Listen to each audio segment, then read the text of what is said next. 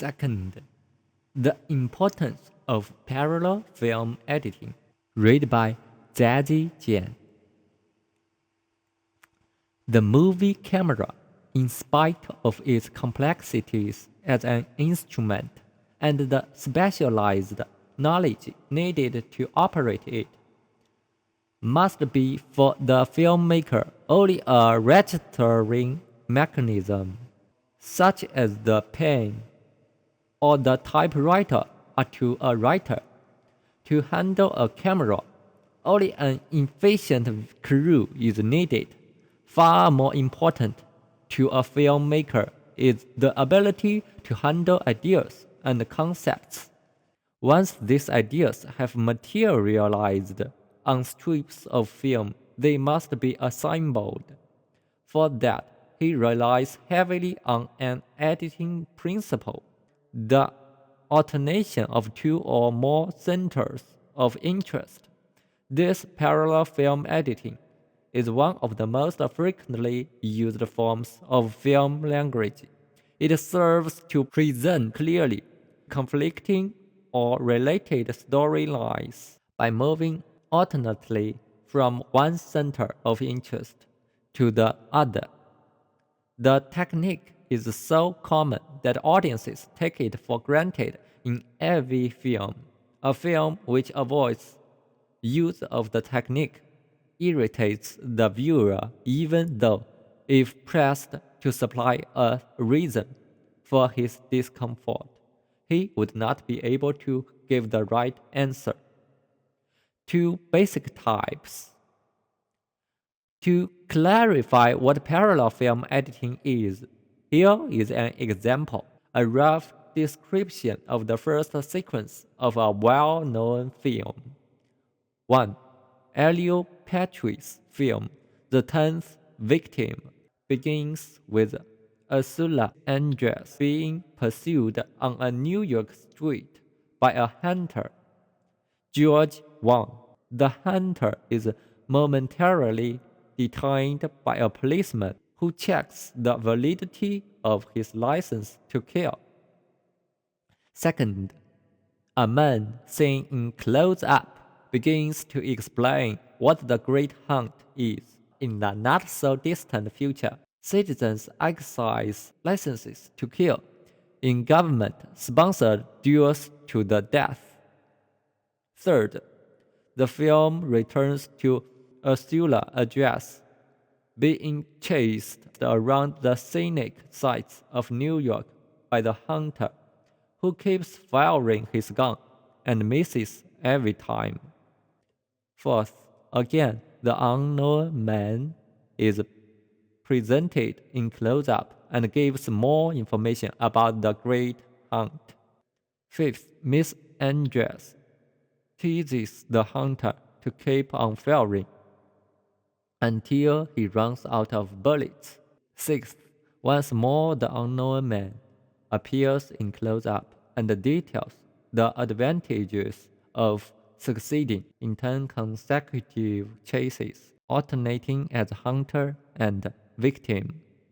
Seventh, Ursula Andress, followed at a short distance by her pursuer, steps on a car's hood, jumps over a net fence, and runs into the Masok Club. Eighth, her pursuer arrives and after a pause also enters the club. He moves in the futuristic interior, working among the seated patrons.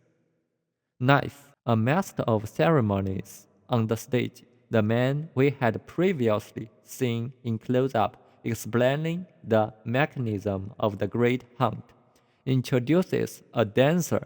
She emerges wearing a mask and a costume of blue and silver sequins and starts to dance.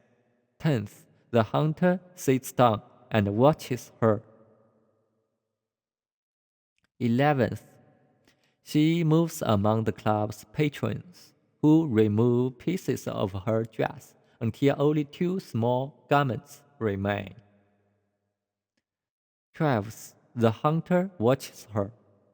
Two types of parallel film editing are to be found in the sequence described.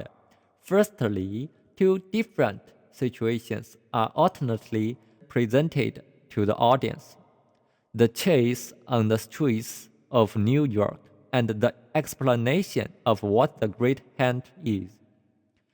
Each storyline develops separately, contributing more information on each successive appearance.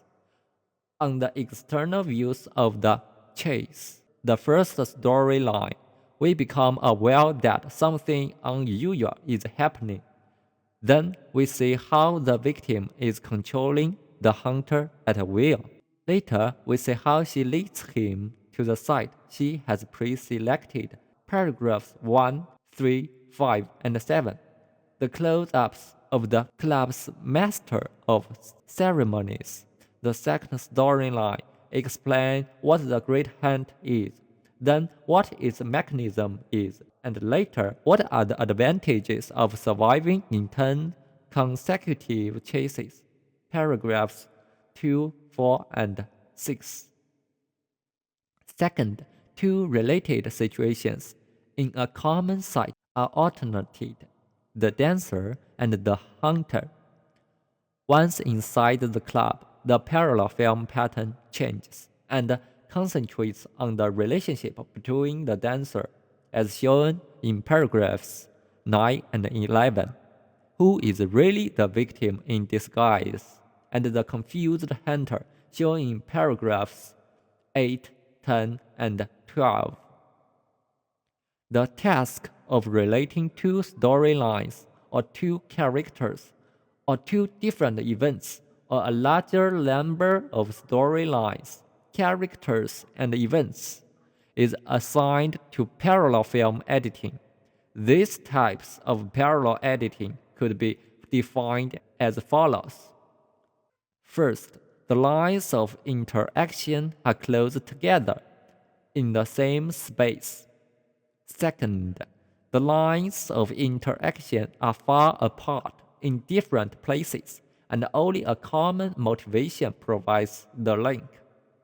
The first type of parallel film editing is exemplified by the confrontation of the dancer and the hunter, a dialogue between two persons, where both are separately observed by the camera, falls in the same category.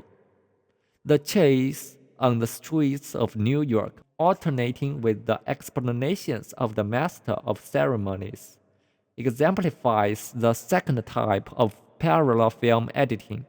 Their interrelation can be immediate, as in a race where two opponents are moving towards a common goal, or delayed to the end, such as in the example quoted. Well, the identity of the man who speaks, he is the master of ceremonies, is carefully hidden from the audience at the beginning of the story. This man is the link between both storylines. Interrelating two storylines in a parallel pattern gives them a mutual dependence, since the average film viewer has been conditioned to expect such a response from this combination. Comparative behaviors can be presented on the screen with this method. The documentary film form is very apt to obtain remarkable image associations by the conscious editing of several events in parallel patterns, i.e., various athletes in different sports prepare to compete. The competition begins, and some of the participants feel, by observing the same athletes in the 3 stages of behavior and seeing them alternately at each stage, a space-time relationship unique to the cinema is obtained.